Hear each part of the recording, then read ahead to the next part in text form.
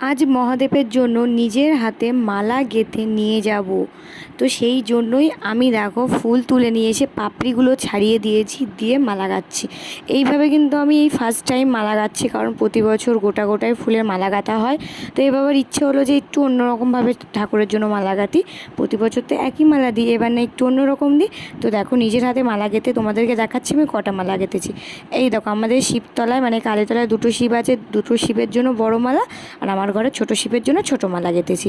তো দেখো আমি বাগান থেকে কত ফুল তুলেছি, পুরো এক ঝাঁকা। অন্যদিন ফুল পাই না, আর আজকে দেখো কত ফুল তুলেছি, সবই মহাদেবের জন্য। তো স্নান টান করে আমি নতুন নাইটি পরে নিয়েছি, এগুলো আমি এনেছিলাম, এটা আমার দিদি গিফট করেছিল এই নাইটিটা।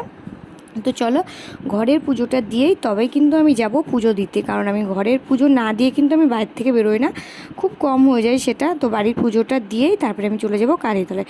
তো কালীতলায় এসে দেখছি কাকি চলে এসছে, আগে আগে কাকির পুজো হয়ে গেছে। তো আমরাও জল ঢেলে নিলাম, দিয়ে এখানে আমাদের এখানে প্রচুর মন্দির আছে, শিব মন্দির, কালী মন্দির, গঙ্গা মন্দির, শীতলা মন্দির। তো সব কিছু আস্তে আস্তে জল ঢেলে নিয়ে এবার আমরা বাড়ির দিকে চলে যাব, কারণ প্রচণ্ড গরম পড়ছিল। তো বাড়ি চলে এসেছি, পুরো হাঁপিয়ে গেছি। বাড়ি এসে ফ্যানের নিচে বসেছি।